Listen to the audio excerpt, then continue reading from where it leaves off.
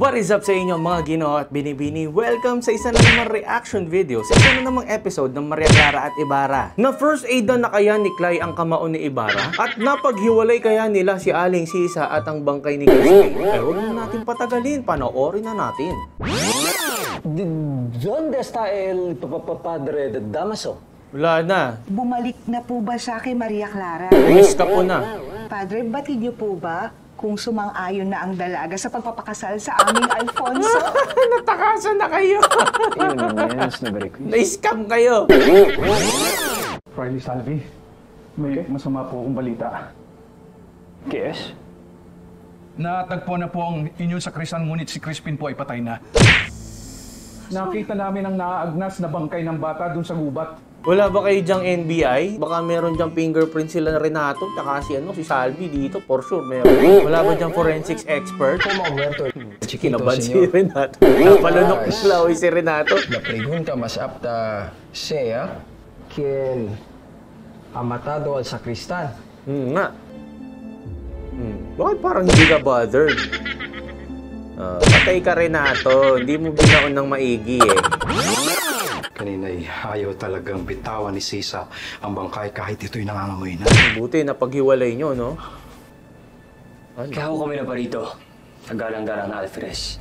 Sumbong mo! Ayaw kami ng investigasyon sa pinaslang na bata. Hindi mo ba isusumbong yung paglalatigo ng asawa niya? Ngayon, kalimutan na. Ganun-ganun na lang yon. Hindi mo man lang na-isblok, Fidel. Tunay nga ba tayong magkaibigan, senyor? Karoon pa ng trust issues tuloy.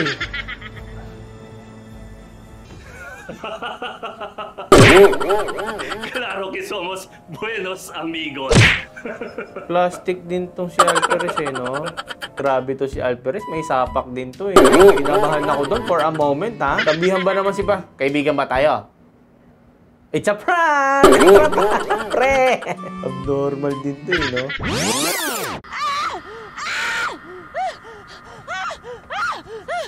Ate Sisa! Ate Sisa! Grabe, ilan na nga kayo dyan? Nakasap pa kayo ni Sisa? Amigo.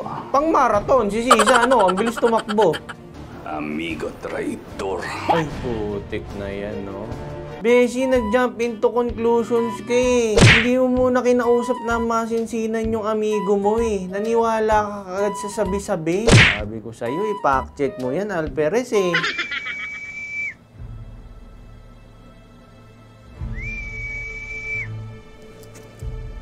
No, may mga pa-signal pa. Ganun ba tunog nun? Ba't ganun? Hoy! Ganun ba tunog nun? Ibang tunog pag nakaganon, di ba? Dapat... Ganun ang tunog nun eh. Iba yun sa'yo, sipo lang yun sa inyo eh. Kaya lololoko tayo nito ni ano eh. Oo. Sipol yan, besh. Ano yun? Ganun lang yun eh. May pa-signal pa kayo eh. Magkakatabi lang naman pala kayo dyan. Nakausap ko na si Ginoong Ibarra. Nagbigay na ng hudyat ang ating pinuno. Mamaya natin lulusubin ng kwartel. Oh, talagang in character. Nasa script talaga, no? Talagang si Ibarra talaga yung papalabasin nilang leader nila. Narinig ba ni Elias yun? Elias, bakit man? Heads-upan mo naman yung amigo mo. Mabuti kong gano'n. Selos ka pa rin, pwede? Sa bukas ay uutusan ko ang aking empleyado. Papasadya ako ng taga ron sa may hospicio. Nang sa ganun ay masundo nila muli si Aling Sisa. Parang napangihinaan ka na ng loob, boy, ah. Okay ka lang ba, boy? Parang nawala yung spark, Fidel, ah. Tung-tung-pum, monto! Suyuin mo naman kasi, Clay. Ibarra ka lang, Ibarra. Inutusan mo pa ako kanina. Pagbantayin ka, Aling Sisa. All part of the plan po. Walang niya ka. Hindi ko kinakaya yung ibang module ni Fidel. Pag ganyang effect ka pa, walang niya ka. Hindi ka naman pala masama ang loob. Nagpapabebe ka lang eh. Ha? Galing mo din ha? Oo. Shook si ate girl. Ano nangyari?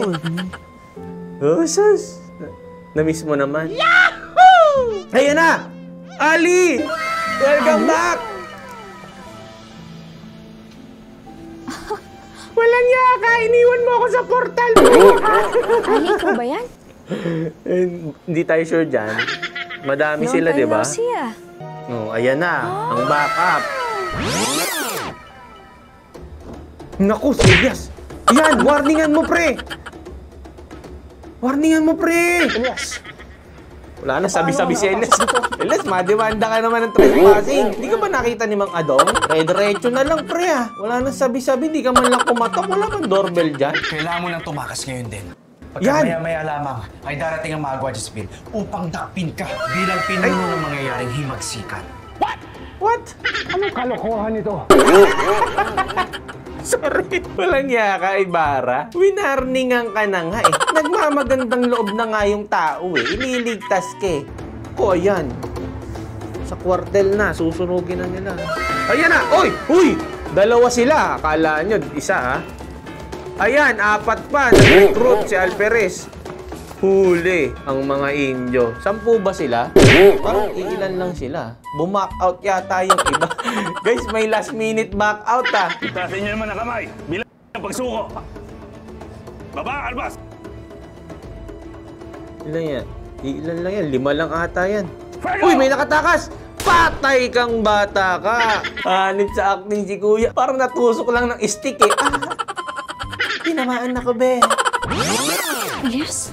Ano nangyayari? May narinig akong putok ng baril Baka ba yun? yung mag-explain. Tumakbo Wala na. nang panahon upang magpaliwanag. Oo. Simulan na natin sunugin ang mga dokumento at papeles na maaaring gamitin laban sa Ginoo. Teka lang, pre. Anong sunugin? Anong sunugin?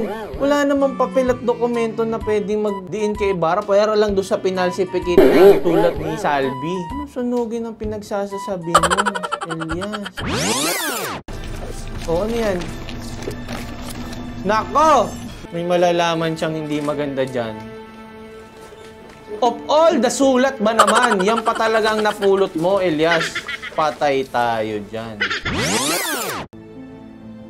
Siya ang lolo ng aking ama. Ayun, patay. Yung sinisisi ni Elias nung isang episode, yung pala ay lolo ng tatay ni Ibarra. Anak ng Napagpasyahan, anak ng aking lolo na paiksin ang kanyang mahabang apelido. Kaya ang Ibarramendia ay naging Ibarra. Akala ko ba nagmamadali kayo? Ba't nagkwentuhan pa kayo dyan? Nako! Sandali, Elias! Sandali! Kung ano man ang nagawa ng aking ingkong sa inyong pamilya, Sorry na. ako na mismo humingi ng tawad. Lumaki ka na may magandang buhay habang ang aking pamilya namatay sa kahirapan at pagdurusa. Elias, kung talagang naniniwala ka na ang kasalanan ng mga aking ninuno ay kasalanan ko rin, sige, utasin mo na ang aking buhay. Yung nga, the sin of the father is not the sin of the son. Parang ganon yung saying na yun. Bakit nyo isisisi doon yung kasalanan ng mga ninuno niya? Engot din to si Elias. Eh. Parehas kayo nung kakilala kong naninisi ng ganyan eh. Dali lang! Tumingin ka sa akin! Naalala mo ba? Hindi ba't niligtas ka ni Sir Ibarra dati? Oo nga. Nangako ka sa kanya, utang mo sa kanya ang buhay mo, hindi ba? Oo nga. Oo nga. Nais ko lamang magpasalamat sa inyo. Kala mo ha, Clay, sa lahat ng mga ginawa mo lately, ito yata yung pinakamagandang ginawa mo. No? Nakalimutan ko din yun ha. Buti na lang pinaalala ni Clay. No? Ang galing talaga ni Clay. Oh, lagi ko yung number 1 supporter ako talaga ng mga ginagawa ni Clay dyan. Plastic. Ang plastic mo, Harris. Makakaasa kayo na babayaran ko ang utang na loob ko sa inyo pagdating ng takdang panahon. Oh, di quits na kayo. Nakakainis ka. Tumakas ka pa. Habang may panahon pa. Nanggigil si Elias. Ngunit tandaan mo to. Crisostomo Ibarra. Ano? So bakit ba nangyayari to? Paano kayo napasok sa sitwasyon? Baril ba yan? May baril pala dyan. Anong gagawin mo dyan? Sir? All this time. Samahan mo si Aling Sisa. Magtungo kayo kay Fidel. Nakakaloka naman to. Diyos ko. Jose Rizal. Mr. Torres. Kayo na pang bahala sa amin, ha? Biglang kinausap si Jose Rizal, eh, no? Ano ba naman to, Pepe? Yung mga pinagsususulat mo dito sa nobela mo, nai-stress ako. Sino to? Baka may zombie pa dyan, ha? Ano, nakatulugan mo na yung paghuhukay mo. Asan na yun? Asan na yun? What the fuck? Ano ba namang suportorero to? Binaon mo yung bangkay dun sa sementeryo. Tapos natulog ka sa tabi nung pinagbaonan mo. Tapos may dumating, hinukay yung bangkay. Hindi ka nagising doon? Ganun ka kapagod na pagod para sumarap yung tulog mo ng ganong kalalim? Hanip ka rin eh, no?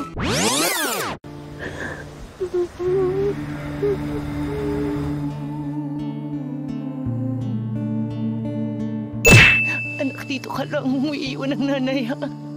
Kahit anong mangyari, magsasama-sama tayo ng kapatid mong si Crispin at uuwi tayo sa ating dampa, ha?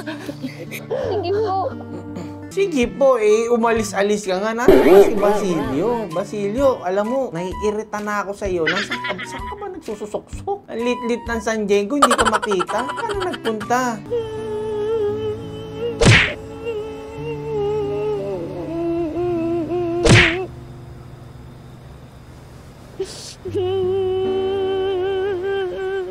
Akala ko si Ali. Sorry. Ayan na. Senyor Crisostomo. Ayan na. Nandito na ang mga Gwardiya Sibil. Ayan na. Anak ng tipaklong.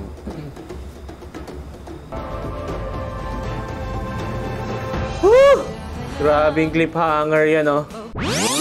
Ano bang gagawin ni Crisostomo? Laban, bawi? Anong gagawin? Tatakbo ba siya? Eskapo? O makikipagkompronta dun sa mga Gwardiya Sibil? Okay, sige. Panoorin na lang natin next episode. Hanggang sa muli, mga Gino at Binibini. Bye-bye!